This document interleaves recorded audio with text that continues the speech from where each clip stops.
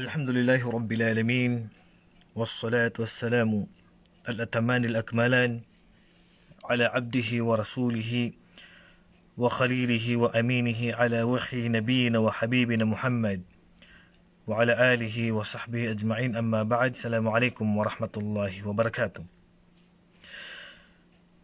Mga kapatid sa pananampalatayang Islam, dahil sa paulit-ulit po yung tanong kung paano ba papalitan yung sala na naiwanan natin. Espesyal po sa mga katanungan ng mga kapatid natin na OFW, lagi nilang tinatanong kung paano mapapalitan yung sala na naiwanan. Minsan naiwanan natin yung sala dahil nakalimutan natin. Maaari na naiwanan natin yung sala, yung pagdarasal, dahil nakatulog tayo at umaga na po tayo nagising. So, paano ba ito pinapalitan? Actually, may mga bagay na nais kong malaman ninyo upang madagdagan po ang inyong kaalaman. Espesyal po sa mga kapatid natin na OFW, yung mga babae po. Unang-una po mga kapatid, ang mga kababaihan, unahin ko po muna yung mga babae na nagtatrabaho po sa mga bahay, kasabilang kasambahay, na kung saan po ay napaka-busy po nila. Ang dami po nilang trabaho sa loob ng bahay, naglilinis, nagugas ng plato, nagluluto, naghahanda ng pagkain ng kanilang amo. Sabi nila, tapos na yung sala sa masjid pero hindi pa kami nakapagsala. Magkakasala ba ako kapag sa kanilang ko magsala? Halimbawa, ang zuhur ay alas 12. Tapos papasok po ang asar, sabihin natin alas 3. Kung sakali po magsasala po si sister ng alas 2 o alas 2:30, hindi ba magkakasala? So, ito po ay mahalaga po na maunawaan po ninyo. Ang pagkakaalam natin na kapag ipinagpaliban ang sala sa kanyang takdang oras ay magkakasala tayo. Ano bang tinutukoy dito? Na kapag ipinagpaliban natin ang sala, yung pagdarasal sa kanyang oras, ay magkakasala tayo dito. Ano ba ang tinutukoy dito? Yun bang natapos na magsala sa masjid, tapos hindi pa ako nakapagsala? Ang tawag ba dito ay ipinagpaliban ko po ang sala? O kaya ay alas 12 dapat yung duhur, tapos nagsala ako alauna na po? Alas 2 na po? Magkakasala ba ako? Ito po ay kaalaman po para sa inyo. Nagkasundo po ang ating mga scholar na hindi po kayo nagkasala. Hindi po yan ang tinutukoy. Hindi po ang tinutukoy dito na ipinagpaliban mo ang sala ay dahil late ka nang magsala. Take note po, mga brothers and sisters, ang tinutukoy po na ipinagpaliban po ang sala ay halimbawa alas 3 po yung asar. Ang ipinagpaliban po ng sala, pumasok po yung asar na hindi po kayo nakapagsala. Yan po yung kasalanan. Okay? Yan po ang kasalanan. Pero kung alas 3 po yung asar, tapos nagsala ka ng duhur ng 2:30, hindi po yun kasalanan. Okay? Pero hindi nyo po nakuha yung sunnah. Hindi po yun matatawag na ipinagpaliban nyo po ang sala. Yan po kasi pagkakaunawa natin na kapag daw ipinagpaliban yung sala ay nagkakasala. Hindi po yun ang tinutukoy dito na alas 12 ang sala ng zuhur, tapos alauna ka na nakapagsala, alas 2 ka na nakapagsala, lalaki man o babae ang tinutukoy ko dito, lalong-lalo na po yung mga kapatid natin na nasa lugar po na wala naman talagang mga masjid, wala po silang mga kasamahan, mga balik Islam, tapos nakakapagsala po kayo. Minsan kasi nag-aararo pa kayo, nagtitinda pa kayo, may mga negosyo pa kayo, o kaya ay nasa trabaho kayo. Hindi po kasalanan, okay? Hindi po kasalanan na makapagsala kayo, halimbawa ng duhur, alas 12, alas 12:30, alauna, alauna-media, alas 2, hanggat hindi pa po papasok ang asar, hindi pa po yung kasalanan. Hindi pa po yun kasalanan. Pero ang naiwan mo yung sunnah. Ang sunnah po ay magsasala po kayo ng maaga. Yan po ang sunnah. So, ibig sabihin, sa mga kapatid ko na mga OFW, special po sa mga kapatid na mga kababaihan, wala pong problema na makapagsala po kayo na hindi na po kayo makasabay sa oras mismo ng duhur. Kung makapagsala po kayo ng alauna po, alas 2, hanggat hindi po papasok ang asar, hindi po kayo magkakasala. Hindi po yun ang tinutukoy dito na fawailul lil musallin alladhina hum an salatihim sahun. Yun silang ipinagpapaliban nila yung sala. Ang tinutukoy dito, saka sila nagsasala, ay papasok na po yung susunod na sala. Yan po ang kasalanan. So inshallah malinaw po yung bagay na to. Ganun din po sa mga kalalakihan. Sa kalalakihan din po, na wala pong salatul jamaa, sila po ay nakatira sa mga lugar na wala pong masjid, wala pong problema. Nasaka kayo makapagsala alauna, alas 2, hindi po kasalanan yun. Pero, ang naiwanan nyo lang po yung sunnah. Ang naiwanan nyo lang po yung sunnah. Kasi ito po yung hindi naunawaan ng mga kapatid natin na pagkaakala nila, pagkatapos ng duhur, at hindi ka nakapagsala, ay ipinagpaliban mo yung sala. Hindi po. Sa lalaki po, ang naiwanan nyo lang po doon ay yung jamaa. Salatul jamaa. Kung saan, nagkaroon din ng opinion dito ang ating mga ulama. At hindi po yun pasok sa tinutukoy natin na ipinagpaliban mo ang sala. Yung hindi po nakaunawa, hindi po ibig sabihin na ikaw brother, ikaw sister, halimbawa sa lalaki halimbawa ako, hindi ako nakapagsala sa masjid, kasama ang jamaa, ipinagpaliban ko bang sala? Hindi po matatawag yun na ipinagpaliban ko po ang sala. Ang kasalanan ko po, ayon sa opinion ng ilan sa mga ulama, hindi po ako nagsala kasamang jamaa. Pero ipinagpaliban ko ba ang oras ng sala? Hindi po.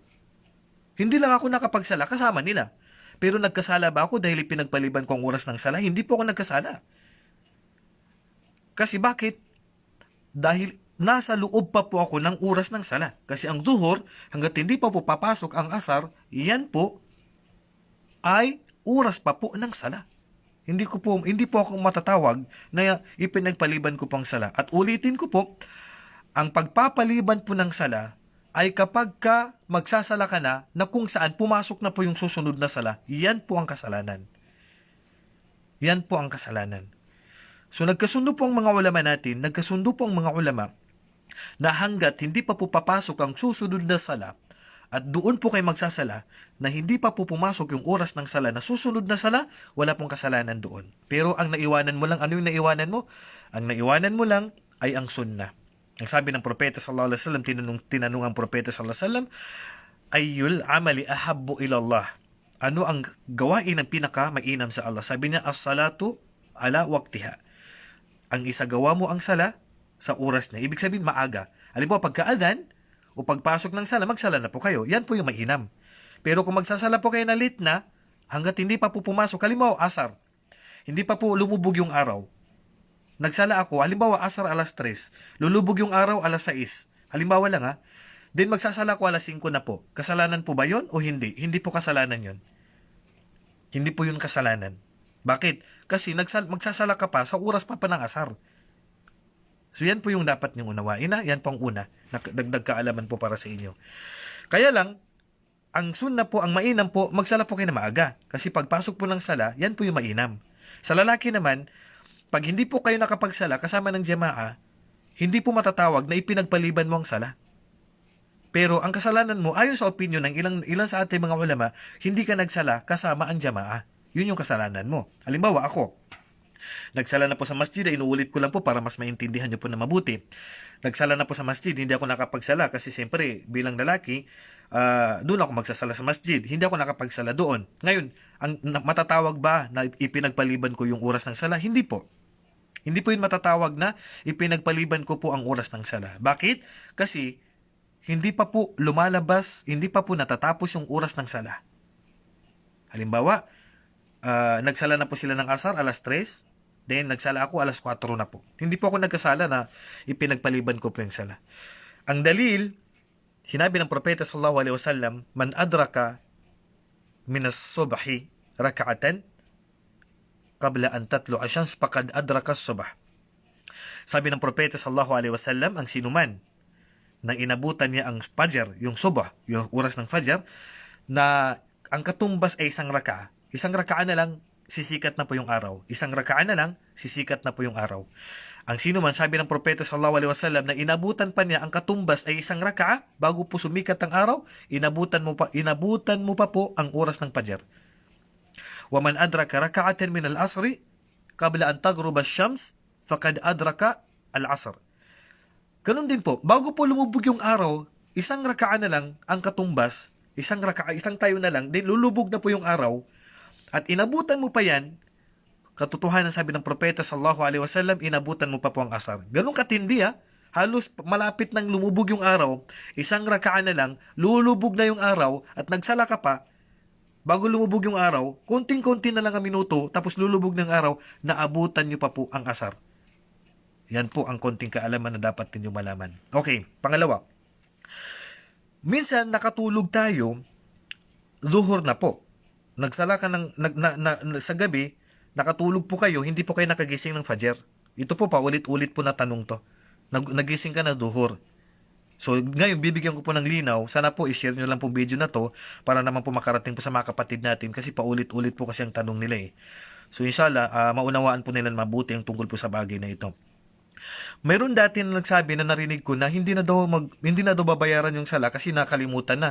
May mga paniniwala na ganito na kapag daw hindi daw naisagawa yung sala sa oras niya, samantala hindi naman sinasadya, nagising na siya ng umaga, zuhur na, hindi na magsasala ng fajr. Mali po yun. Hindi po yun pwede mga kapatid. Hindi po pwede na umaga na kayo nagising, zuhur na o asar na po kayo nagising o napuyat po talaga kayo, tapos halos ilang sala po ang nag-iwanan nyo, tapos hindi nyo po papalitan yung sala, ay doble ang kasalanan mo niyan. Hindi po pwede yun. Okay, mga may tanong po, mamaya ko na po babasahin na kasi po para po hindi po ma-interrupt yung lecture natin para mas maunawaan nyo po na mabuti. Hindi po pwede na hindi nyo po papalitan. Kasi yung sala po na naiwanan, obligado po na palitan po natin yan.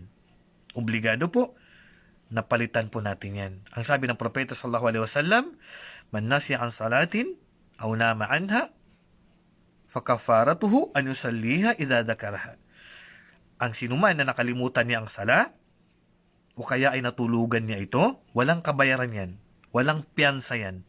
Maliban, palitan mo yan sa oras na maalala mo. Kaya, hindi po totoo na kapag kayong sala nakalimutan mo, hindi mo papalitan. Mali po yun.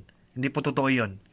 Okay, so dapat mong palitan ang sala na yan kahit kahapon mo pa po naiwan. Halimbawa, hindi ako nakapagsala kahapon, nakalimutan ko na hindi pala ako nakapagsala. Obligado, palitan ko agad ngayon. Kasi pag hindi mo pinalitan yan, napakalaking kasalanan po yan. Okay, ito ang dagdag na tanong. Ustad, anong unahin ko? Pumasok na po yung zuhur, hindi pa ako nakapagsala ng fajr. Ano bang unahin ko? Yung fajr o yung zuhur? At dito, meron pong mga tanong dito ang mga kapatid natin na kalalakihan. Ustad, hindi po ako nakapagsala ng maghrib. O kaya hindi ako nakapagsala ng fajr. Pumasok na ang oras ng zuhur, pero fajr hindi ko pa po nagagawa. Pupunta ako sa loob ng masjid, ang sala nila zuhur. Ang sala ko fajr kasi hindi pa ako nakapagsala. Ganun din si sister, ganun din ang tanong niya. Ustad, nag-adan na po ng zuhur pero hindi po ako nakapagsala ng fajr. Anin po ba ang uunahin ko? Yung fajr na hindi ko nagawa o yung zuhur na pumasok na? Alin ang uunahin ko sa dalawa na yan? Ito ay madalas na tinatanong. At inshallah, sasagutin natin para mas lilinawin natin ang tungkol po sa bagay na ito. Sa babae, walang problema. Sa babae po, walang problema kasi mag-isa ka lang naman magsala. Ang pagsasagawa po ng salatul jamaa, na may grupo po kayo mga babae, yan po ay sunna lamang po at hindi naman po kayo nautusan na mga kababaihan na magsagawa po ng sala sa masjid. So, sa mga babae, napakasimple lang po. Ang pananaw po ng karamihan sa mga ulama, ang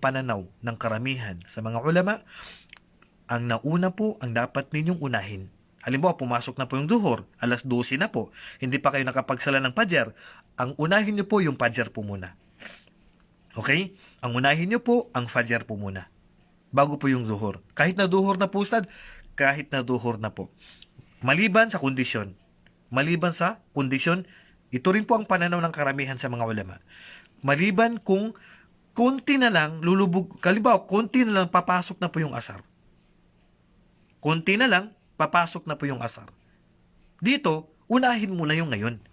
Kung sakali mangyari ito, so bigyan natin ng halimbawa para mas malinaw po sa inyo. Una, paunawa ko po muna sa inyo. Halimbawa, hindi ka nakapagsala ng fajr tapos duhur na, alas 12 pa lang. Siyempre, ang asar alas 3 pa. Pero ang duhur alas 12. Yung asar alas 3. Ngayon, nagising ka, alas 12 na. Anong unahin mo? Yung fajr, yung duhur. Siyempre, ang fajr. At yan po ang pananaw ng karamihan sa mga ulama. Kailan ba pwedeng unahin yung duhur bago yung fajr? Kapag ka malapit na po yung asar. So nagising ka, halimbawa alas 3 yung asar, hindi ka pa nakapagsala ng duhur. So ngayon, ilang minuto na lang, magsasala na po ng asar o mag-aadan na po ng asar. Anong unahin ko? Yung duhur pa rin ba? O yung fajar pa kanina? Kapag ka konting-konting minuto na lang at mag-aasar na, ang unahin nyo po yung duhur. Bakit? Kasi ang sabi ng ating mga karamihan sa mga ulama, unahin mo yung duhur kasi kapag inuna mo pa yung fajar, magiging dalawa na po ang utang mo. Nagkautang ka na ng fajar, nagkautang ka pa ng duhur. So, magiging doble ang utang mo. Kaya bago pa kayo magkautang ng dalawa, magduhur po muna kayo. Kasi pagka inuna mo yung fajar, then isinunod mo yung duhur, pagkatapos, pumasok na yung asar. Yan kung sakali mangyayari po yan. At ito po ang pananaw ng karamihan sa ating mga ulama. Okay? Tanong, paano kung uunahin ko yung duhur? Pwede po ba yun, Ustad? Unahin ko na lang po yung duhur kaysa sa fajar? Meron po bang mga ulama na nagsabi po niyan? Meron po. Yan po ay pananaw ni Imam Shafi'i, rahimahullah. So wala pong problema. Kung sakali naman po, naunahin nyo po yung duhur, kasi pumasok na po yung duhur, bago po yung fajar, wala pong problema. Kasi kay Imam Shafi'i, rahimahullah, yung pagkakasunod-sunod po ng pagbabayad po ng sala ay hindi po obligado sa kanya. Ang unahin mo yung nasa kasalukuyan po ng sala ay wala pong problema at ito po ay wala po. Para po sa akin, kahit saan po dyan, wala pong problema. Unahin nyo po yung duhur, ay unahin nyo po yung fajar, bago yung duhur, sa akin po, mas mainam po yun. Bakit? Ang dalil, ang propeta sallallahu alaihi wasallam, nung nagkaroon ng labanan sa Khandaq, ito po ay nabanggit sa hadis na sahih, hindi po nakapagsala ang propeta sallallahu alaihi wasallam ng asar hanggat sa lumubog yung araw. Ayon sa riwaya ni Ibn Mas'ud radiyallahu anhu, hindi nakapagsala ang propeta ng duhur, asar at saka maghrib, hindi siya nakapagsala. Paano isinagawa ng propeta ang sala? Magkakasunod-sunod niyang binayaran. Nagsala muna siya ng duhur, din nag-iqama si Bilal bin Rabah, din isinunod niya yung asar, din nag-iqama ulit si Bilal bin Rabah, din isinunod niya ang maghrib. So ito lang po yung dalil. Ito lang po yung dalil o katibayan na ginawa po ng propeta sallallahu alaihi wasallam ang pagbabayad po ng sala magkakasunod-sunod po. Wala pong katibayan na ang propeta sallallahu alaihi wasallam inuna po niya ang ngayon kaysa sa nakalipas. Okay? Wala pong katibayan, wala pong dalil na ang propeta sallallahu alaihi wasallam ay mas inuna niya yung sala ngayon kaysa nakalipas na sala. So, isa lang malinaw po yung tungkol po sa bagay na ito. Kaya sa mga kababaihan, alam nyo na po kung saan po kayo. May dalawang option po kayo. Maaaring unahin mo yung duhur bago po yung fajar. Wala po kayong problema kasi wala po kayong jamaa. Ganun lang po kadali. Pero ang tanong po kasi sa amin, sa mga kalalakihan lang po. Ito naman po ay sagot po sa mga kalalakihan. Ito ang tanong ng mga kapatid na kalalakihan. Ustad, hindi po ako nakapagsala ng fajar. Inabutan ko po sa masjid na nagsasala na po ng duhur. Nagsasala na po sila ng duhur. O pangalawang situation, Ustad, hindi po ako nakapagsala ng maghrib, nagsasala po sila ng isya, inabutan ko po sila. Ano po bang dapat kong gawin? Kapag kainuna ko po yung maghrib, at nagsasala po sila ng isya, magiging 3 raka po yan. Paano po yan, Ustad? 4 na raka po yung sala nila. Yan ang mga tanong ng kalalakihan. Pangalawang situation, hindi po ako nakapagsala ng fajar, tapos ang kanilang sala ay zuhur. Paano ko pag isasagawa ang sala dito? Dito po mga kapatid, sa sitwasyong ito, may dalawang option po kayo. May dalawa po kayo na option. Kahit saan po dito, wala pong problema. Una, sa kalalakihan, kapag hindi ako nakapagsala ng duhur, ay hindi ako nakapagsala ng fajar, then inabutan ko po na nagsasala po sila ng duhur. So, ang unang option, ang intention ko po fajar. Ang intention ko po ay fajar. Ito po, pwede po ito Uunahin kong bayaran ang fajar muna. Pero ang sala ko po, kasama ang imam, duhur. So ano pong mangyayari? Duhur po yung imam, 4 na raka'a. Nasa likod ako, 2 raka'a lang po yung sa akin kasi inuna ko po kasi ang fajar So ano pong gagawin ko dito? So dito po, may dalawa pong option. Unang option, sa pangalawang raka'a, uupo na po ako at magtatasyahud. Hihintayin ko po yung imam sa kanilang huling tasyahud, hindi po ako babangon. So habang nakatasyahud ako sa 2 raka'a, sila po nagpapatuloy po sila magsala. And then ako, nagtatashahud po ako. Hindi pa po ako magsalam. So, hihintayin ko po yung imam na magtashahud sa pinakahuli at sasabay na po ako magsalamu alaikum. So, sa 2 raka pa lang, maghihintay na ako. Ganun din po sa Maghrib. Kapag sa Maghrib, magtatashahud na ako sa pangatlo, din hihintayin ko yung imam, hihintayin ko po yung imam hanggat sa umupo sila at sasabay na po ako magsalam. Yan po ang unang option. Pangalawang option na gagawin natin, at ito rin po ay pananaw rin po ng ilan sa ating mga ulama, magsasalam na po tayo. Sa dalawang rakaan ng Fajr, halimbawa, magsasalam na po ako, mauuna na po ako. At mayroon pong dalil ang ating mga ulama, ito po yung dalil sa panahon ng may kinatatakutan tayo. Pwede pong, kasi sa pagsasala po ng nasa panahon ng labanan, nauuna po yung mga sahaba na magsalam na sila, na ang propeta hindi pa po nagsalam. So, halimbawa, hindi ako nakapagsala ng Fajr, luhur po yung imam ko, magsasalam na po ako sa pangalawang raka. Pag tashahud, then tumayo na po yung imam, magsasalam na po ako, Assalamualaikum warahmatullah, Assalamualaikum warahmatullah. Then, maghahabol na lang ako sa imam doon sa 2 raka na natitira sa kanila. Then, magdadagdag na lang ako ng another 2. Yan ay sa kung sino man ang unahin niya po yung Fajr, kung saan ito po yung pananaw ng karamihan sa mga ulama. Ngayon, kung gusto mo naman, kung gusto mo naman na ganitong paraan, magduduhur mo na ako kasama nila, then, pagkatapos po ng duhur, saka ko papalitan ng Fajr, walang problema sa bagay na ito. Walang problema sa ganitong paraan ng pagsasagawa ng sala. So, ibig sabihin, iulitin ko ang pananaw po ng karamihan sa mga ulama, magkakasunod-sunod natin papalitan ng utang natin. Ganyan po ang tamang pamamaraan sa pagbabayad po ng ating utang sa pagsasagawa ng sala. Take note po, yung intention, kasi may mga tanong pang ganito, Ustad, ano bang intention ko? Hindi ko alam, bakit yung pa pinapahirapan ng sarili nyo?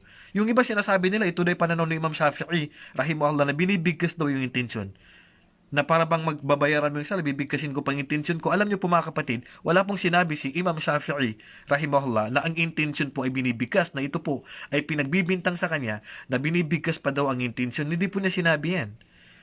Okay, so natalakay ko na po yan. Mayroon po akong nakahiwalay po na video na tinalakay ko po ang tungkol po sa pagbigkas ng intention. Ang intention po, hindi na po kailangan bigkasin.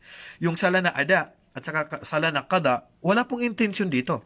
Ay wala pong binibigkas na intention. Automatic gawin nyo na po yung sala. Halimbawa, kada, utang, babayad ka ng utang. Alam na ng Allah, magbabayad ka ng utang. Mayroon pa akong narinig na pagka daw utang, yung duhur, pagka utang na daw, magiging 2 rakaan na daw. Walang dalil yan. Na yung duhur magiging 2 raka dahil nautang, maliban kung ikaw ay nasa paglalakbay. Kung ikaw ay biyahero, yung duhur pwedeng maging 2 raka. Pero dahil nautang mo, pagkagising mo umaga, yung isya, umaga mo na mapapalitan, magiging 2 raka na, hindi totoo yun. Mananatiling 4 na raka pa rin ng isya. Mananatiling 4 na raka pa rin ng duhur. Yan po mga kapatid. So inshallah ay napulutan niyo po ng aral yung pagbabayad po ng utang. Kapag ka naalala nyo po ang inyong utang, bayaran nyo po agad. So may 2 option, pwede mong unahin yung sala na inabutan mo ngayon, o kaya unahin mo yung nakaraan na sala. So inshallah nasagot na po yung inyong katanungan, at binanggit ko na rin po ang mga katibayan at kung ano po yung pananaw ng ating mga ulama tungkol po sa bagay na ito. Ngayon, kung sakali na may katanungan, so sisilipin ko po yung inyong tanungan kung mayroon pong tanong. So balikan ko lang konti, so masyado na palang malayo. So, pakishare nyo lang po ang video na to para makarating din po sa ibang mga kapatid natin na nais maunawaan ang tungkol po sa mga batas nito. If may lakad po tapos naabutan na ng Salatul Asr tapos hindi ka na nakapagsala ng duhur, naabutan ka ng... Hindi po pwede yon mga kapatid ha? Hindi po pwede na dahil sa busy lang po kayo ay inabutan na po kayo ng susunod na sala. Hindi ka pa nga nakapagsala ng duhur, sumunod na yung asar dahil mas inuna mo yung trabaho mo. Hindi po pwede yun ha? Kasalanan po yun. Hindi po yun natanggap na katibayan o alibay. Wallahu a'lam. How about Ustad, pag sa bahay, kahit malapit na ang masjid, sa bahay gawa ng sobrang pagod, hindi nakakayanin. So, kung hindi mo na kinaya na pumunta sa masjid, Brother Motchung, okay lang po kapag hindi nyo na po kinaya na pumunta po sa masjid para po magsagawa ng sala kasamang jamaa dahil nga na talagang sumobra po yung pagod nyo, wala pong problema, magsala na po kayo ng mag-isa kung hindi nyo po kayang pumunta sa masjid. Yan po ay kung sakali mangyayari po yan. Wallahu a'lam. Halimbawa, malapit ako sa masjid, kalsada. Sa babae, pwede ba daw sumabay? Pagsimba kasi malakas. Hindi po pwede, Sister Nurun Nisa. Hindi po pwede na ang imam mo nasa masjid, ha? Hindi po pwede na ang imam nyo po ay nasa masjid at kayo po ay nasa bahay. Kasi ang kondisyon po ng ating mga ulama, kinakailangan ay nandudoon po kayo. Wallahu a'lam. O kaya ay nasa labas kayo ng masjid kasi napuno na. So hindi po pwede na kayo po ay nasa inyong bahay at ang imam niyo ay sa radyo, sa TV, o kaya ay nandoon po sa masjid. Wallahu a'lam. May nagsabi sa akin, unahin daw ang duhur bago ang fajr. So nasagot ko na po ito. Nabanggit ko na po kung kaninong opinion po ang tungkol po sa bagay na to. Tanong ko, Ustad, bakit hindi pwedeng pumunta ang babae sa libingan? Wag po muna kayo magtanong ng ibang tanong para hindi po hindi po tayo lumayo. Tungkol po sa pagbisita sa libingan, inshallah tatalakin ko po yan. Yung tungkol po sa pagbisita sa libingan, ano ba ang hatol ng Islam tungkol po sa bagay na ito? Kung pwede bang bumisita ang babae sa libingan. Sa ngayon, hindi ko po muna sasagutin para hindi po magpatong-patong ang ating talakayin. Halimbawa, da ka makatsambayang sa duho, tapos na maso asar, ngin idayt ay paguna. Nasagot ko na po yan. Paki-review na lang po, ha. Ustad, sa pagsunna po ba ng ating oras, pwede po bang magsunna? Sana masagot. Ustad, ang pagsunna po ba, kahit anong oras, ang sunna po, kapag naiwanan nyo po yung sunna ng duhor, before duhor, pwede nyo pong palitan after asar. Pwede nyo pong palitan after asar. Ganun din po yung sunna ng pajar. Yung sunna ng pajar, pwede nyo pong palitan after ng sala ng pajar. Pwede po. Wala pong problema na palitan po natin ang ating sunna kung sakali hindi po natin ito na isagawa. Wallahu a'lam. Example, uwi ng Pinas at hindi na kami nakasagawa ng sala. Paano po babayaran? Alam nyo po, Sister Aini, kapag kayo po ay maglalakbay at sasakay po kayo ng eroplano, huwag nyo pong hintayin na makarating pa kayo sa Manila bago kayo magsala. Sa eroplano pa lang, magsala na po kayo dyan. At mayroon po akong video sa sino man na gustong pong malaman po ang tamang paraan ng pagsasagawa ng sala sa sasakyan, sa bus, sa eroplano. May video po ako dito sa aking page. Pakihanap na lang po, inshallah. Okay, so dinitali ko po yan. Mayroon po akong video kung paano po isagawa ang sala kapag kayo po ay nasa sasakyan.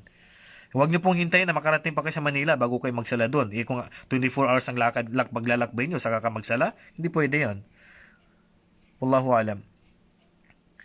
Lalo na po sa akin, Ustad, laging late sa pagsasala, maraming trabaho. Okay, at least naunawaan niyo po yung yung tungkol po sa bagay na ito. Tinawag niya intensyon, okay? Paano po nagkamali sa sala? Pwede po ulitin. Kung nagkamali po kayo sa sala, halimbawa po, kasi may mga iba't ibang uri na pagkakamali sa sala. Ito po yung hindi po naunawaan din po ng mga kapatid natin. Kapag nagsasala ka at nagkamali ka na ng sura pagkatapos ng Fatiha, wala pong problema doon. Kasi yung mga sura after ng Fatiha, hindi mo sa ulo yung Ikhlas, hindi mo sa ulo yung mga ibang sura pagkatapos ng Fatiha, bakit mo pa ipagpatuloy? Kung wala ka lang sa ulo, hindi magruko ka na, wala pong problema doon. Pero kung nakalimutan mo yung ruko, nakalimutan magruko, nakalimutan mong magsami Allahu liman hamida, dumiretso na po kayo, kapag mayroon po kayo nakalimutan sa sala na haligi po ng sala, papalitan niyo po yung buong raka. Actually, parang mayroon po ako nagawang video po tungkol po sa bagay na ito. At magsusujud po kayo ng sujud as-sahu. At sa tingin ko, kailangan natin ihiwalay pong tungkol sa bagay na ito kasi malawak pong usapin to eh. Kailangan po may detalye. Wallahu alam. Kasi magkaiba po yung obligado ng sala, yung wajibato sala at saka arkano sala. So inshallah, bibigyan po natin ng video to kung hindi ko man po nagawan. Okay, so Ustad, paano po kapag simula duhur hanggang sa Maghrib at nagsala ng Isya, ilang raka po ba gagawin? Wala pong magbabago, Sister Gerald Lawa. Wala pong mababago. Duhur, 4 na raka. Asar, 4 na raka. Maghrib, 3 raka. Isya, 4 na raka. Wala pong mababago. Huwag niyo pong babawasan. So, dapat po magsalam. Pagkatapos ko magsalam ng duhur, Assalamualaikum warahmatullah, Assalamualaikum warahmatullah, then mag-ikama ako. Sa babae, pwede mag-ikama. At hindi po obligado yan sa atin. Then, Allahu Akbar, sallallahu ilaha illallah, sallallahu Muhammad, magsalam naman ako ng asar. Then pagka 4 na raka, magsalam na naman ako. Assalamualaikum warahmatullah. Assalamualaikum warahmatullah. Then mag-ikama na naman ako para sa Maghrib. 3 raka na naman. So ganyan po yung pagbabayad. Wallahu a'lam. Sa kalakihan sala, kapag nakapag-travel ako na hindi ako nakapagsala ng Salatul Asr, tapos pagdating ko po ng na isa-isang lugar, naabutan ko ang sala ng Maghrib. So ano po ang unahin ko na sala at ilang magiging rakaang asar kapag sabay po ako sa Salatul Maghrib? Ano bang tanong niya? Teka lang, masyadong mahaba. Ustad, mga kalalakihan po na sala, kapag nag-travel, ako na hindi ko nakapagsala ng Salatul Asar, tapos pagdating ko sa isang lugar na naabutan ko ang Salatul Maghrib. So ano po ang unahin ko? Katulad po na binanggit ko po sa inyo kanina, kung ano pong karamihan po sa mga ulama, unahin mo pa rin yung asar. Bago po yung bago po yung Maghrib.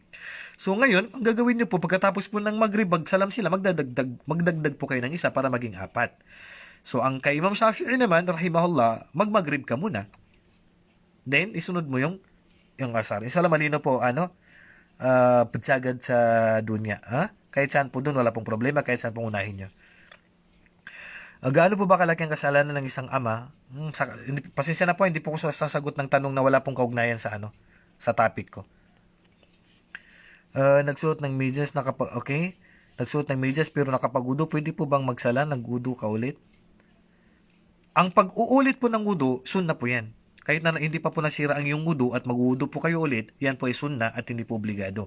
Halimbawa, nakapag-wudu na ako, gusto ko lang ulitin ang wudu ko, yan po ay ginawa ng propeta sallallahu alaihi wasallam at yan po ay sunna. Wallahu alam. Lagi po ako sa pagsala sa trabaho, okay? Tulad namin, hindi ko lang, sa bahay nagasala kami sa oras ng waktu yun naman pag-utos niya, Sister Winvilla, mas maganda po yung mga kapatid na, yung tanong po ng mga kapatid natin na kung sakali po natalakay ko na po, pag-review na lang po yung video natin na to. Naalala mo naman pang 4 na raka. Ustad, halimbawa, yung asar, di ba, 4 na raka, nakalimutan mo, magtahiyat sa pangalawang raka. Yung pagtatahiyat po, halimbawa, 2 raka, 4, di ba, 4 na raka. Then, bigyan ko na sample para mas malinaw po sa inyo. Halimbawa, 2 raka na po Then, nagtatashahud na dapat ako, di ba, magtashahud ako. Hindi po ko nakapag... Okay. So, magtatashahud ako dapat, di ba, sa pangalawang raka, magtatashahud ako. Ang nangyari po sa inyo, tumayo po kayo diretso. Dapat sana, magtatashahud po muna kayo. So, ang nangyari po, tumayo po kayo sa pangatlo. Ano po ba ang gagawin ko? Babalikan ko po ba? O ipagpapatuloy ko po? Kung nakatayo na po kayo, ituloy nyo na po. Okay? Pag nakatayo na po kayo sa pangatlong raka, ituloy nyo na po. Pero bago po kayo magsalam, magsujud po muna kayo ng dalawang sujud, na sujud sahu. Ano pong binabasa doon? So, ang basahin nyo lang po dyan ay Subhana Rabbil A'la. Ganun lang po kadali. Huwag nyo na pong balikan. Tanggap po ang inyong sala. Wallahu a'lam. So, isa lang malino po. Sa unang tashahud, ay huwag nyo na pong balikan yun. Tanggap po ang inyong sala, pero magsujud sahu lang po kayo bago po magsalam. Wallahu a'lam. Hindi pa pagsimba kasi po, hindi importante inunahan ng pagtrabaho. Wala po problema kung nagtrabaho po muna kayo, basta hindi po pumasok ang susunod na sala. Allahu alam. Anong title ustad ng video mo sa pagsasala sa sasakyan? Ang title ng video ko, ang pamamaraan ng pagsasagawa ng sala sa loob ng sasakyan o sa paglalakbay. Mayroon pong mayroon pong karatula, mayroon pong picture na may mga bus, eroplano, train.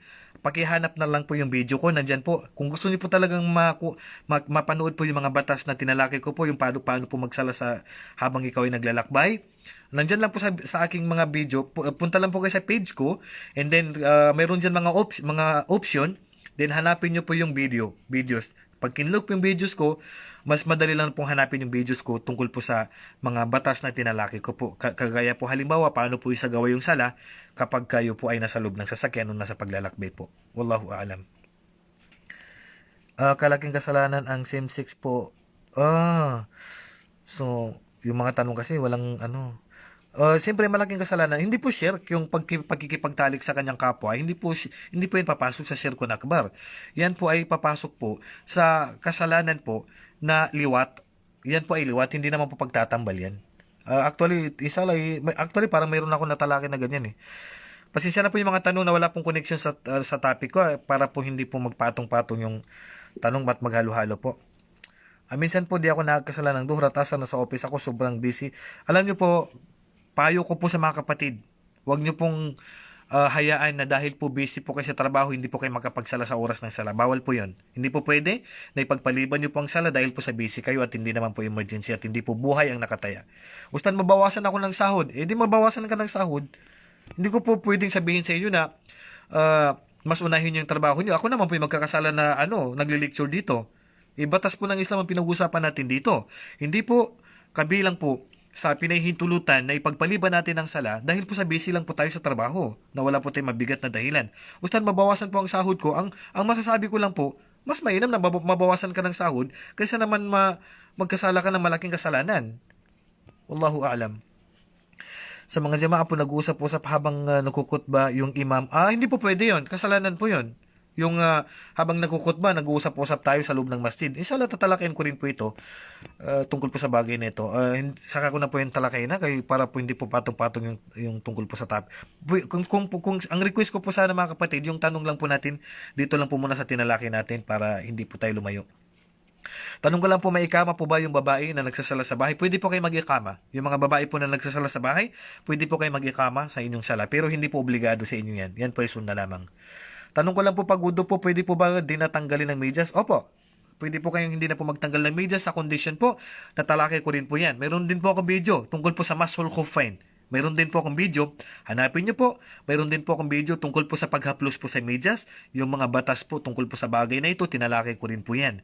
Sa condition po, nakapag-wudu kayo, din nahugasan yung paa nyo, din nakapag-medyas kayo, din sa next na sala, hindi na po obligado na tanggalin mo pa yung medyas para mag-wudu. Pwede na pong haplusin yan. Mayroon din po akong video niyan. So, pasensya na po kung hindi ko po masagot kasi kailangan po ng detalyadong sagot yan eh. Wallahu a'lam. Okay. So, 8:30, Ustad, paano yung kanina nagising ako 8:30 PM na akala ko nakapagsala ako ng Maghrib kasi pagod ako. Okay? So, dito, di ako nakapagsala ng Maghrib at iniba ko ang puso ko naging Salatul Maghrib ang Salatul Isha. Okay, so ngayon, hindi ka pwedeng magpalit ng intensyon. Hindi po tayo pwedeng magpalit ng intensyon ng obligado patungo sa isang obligado.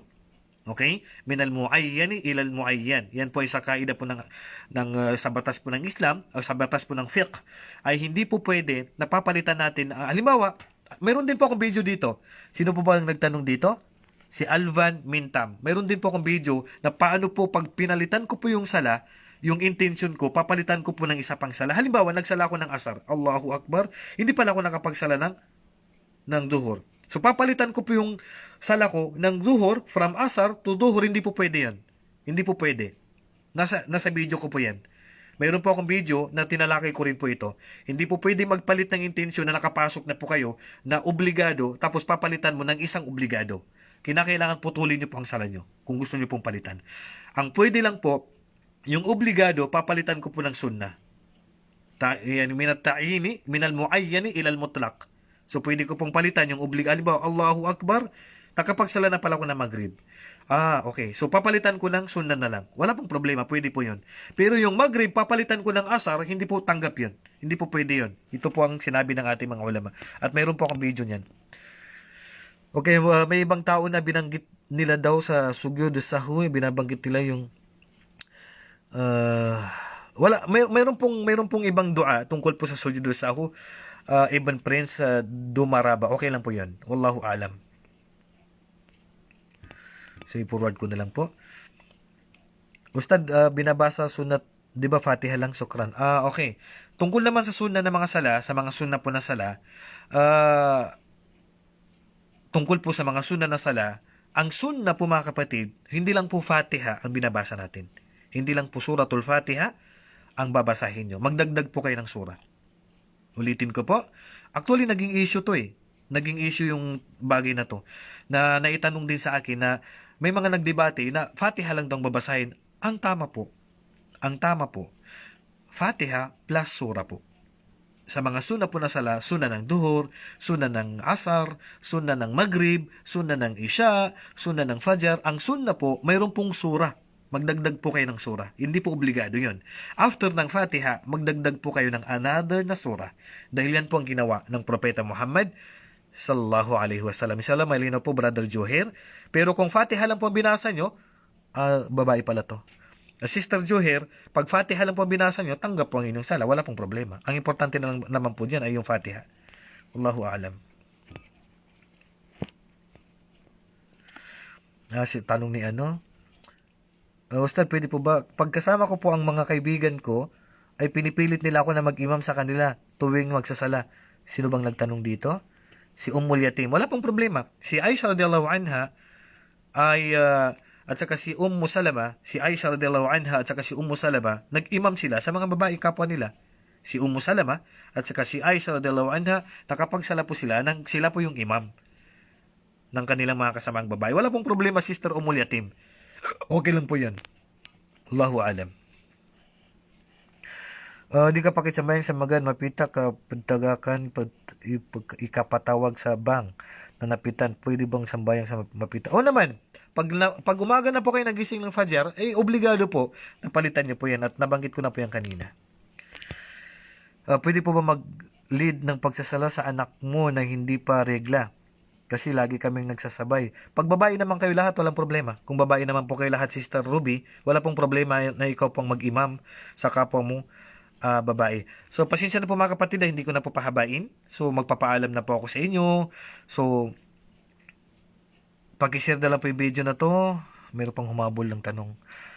Yung mga iba ko, hindi ko pa nabasa. Pag paumanhin nyo po kasi ano na po dito, mag-alauna na po ng umaga. Matutulog pa po ako. So, kita-kita na lang po tayo sa susunod po na pagkikita, sa susunod po na live natin. Abangan nyo po inshallah. At sa mga nais po malaman yung ibang mga video, kung gusto niyo pong magkaroon ng karagdagang kaalaman, kaugnay po sa mga batas ng Islam, kagaya po sa mga sala, sa tayammum, sa paghaplos ng medyas, sa pagsasala po sa paglalakbay, nandyan po lahat sa aking video. Dito po sa page, punta lang po kayo sa page ko, hanapin niyo po yung videos, click niyo po yung video, mag-scroll lang po kayo, hanapin niyo lang po yung mga title, manood lang po kayo doon. Marami po kayong matututunan inshallah. So hanggang dito na lamang po, paalam na po ako sa inyo, wallahu a'lam. Wa sallallahu ala nabiyyina Muhammad wa ala alihi wa sahbihi ajma'in. Assalamualaikum warahmatullahi wabarakatuh.